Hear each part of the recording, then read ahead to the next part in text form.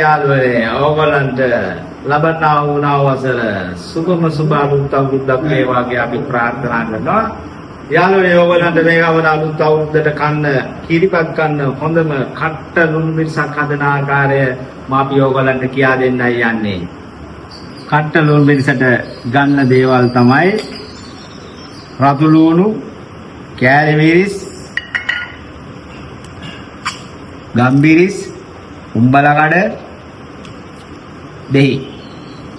දෙහි කියන්නේ මේවා නාරං.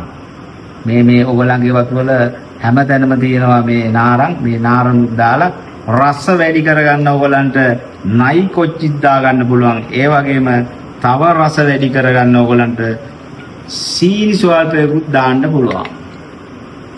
අපි ඉස්සලා මුලින්ම එකතු කරගන්නවා ලුණු, ඊට පස්සේ එකතු කරගන්නවා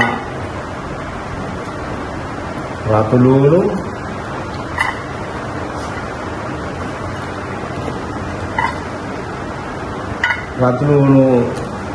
තමයි මේකට හරියන්නේ.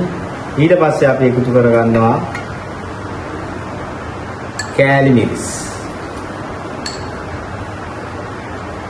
අපි ඊට පස්සේ දාගෙන හොඳට කොටා ගන්න ඕන.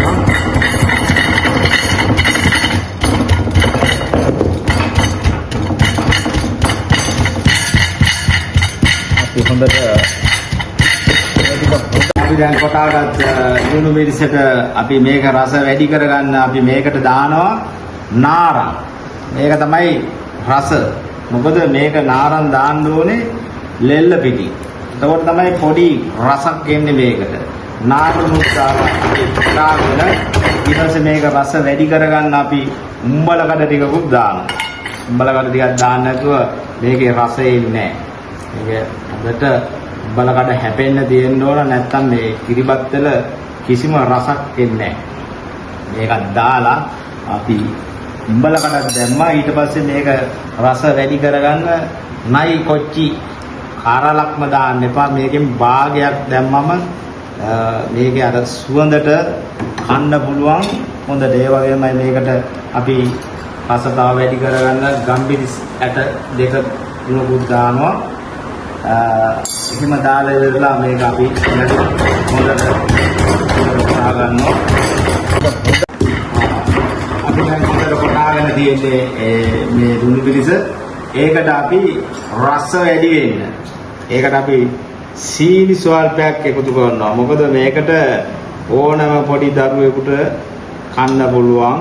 මේකේ පොඩි රසක් එනවා සීනි පොඩ්ඩක් දැම්මම. දාලා ඉවරලා කොටාගෙන අපි පොඩ්ඩක් හොඳට කලවම් කරගන්නවා. ඊට පස්සේ ඔයගලන්ට පුළුවන් රස කිරිබත් කෑල්ලක් එක්ක මේ ගමන ලබන්නා වූ නාවසරේ ඔයගලන්ගේ අවුරුදු මේසෙට කෙනෙකුට එක්ක පොඩි ළමයෙකුට කන්න පුළුවන්, කෙනෙකුට කන්න පුළුවන්. මෙන්න මේ විදිහට තමයි අන්තිමට අපි මුංගෙස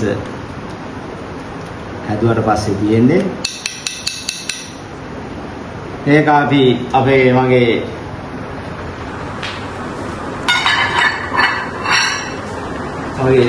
සායකයා මලින්දුට අපි හදාගත්ත අපි ලුණු මිරිස කොහොමද රස කියලා බලන්න පුළුවන්. අපි මල්දුර පොඩ්ඩක් දීලා බලමු. කුපි කාය බල සුපිරි කාලා බලන්නලු මලින්දුත් කියනවා.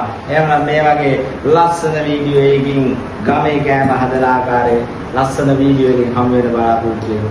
අපි ඔබගෙන් සමුගන්නවා.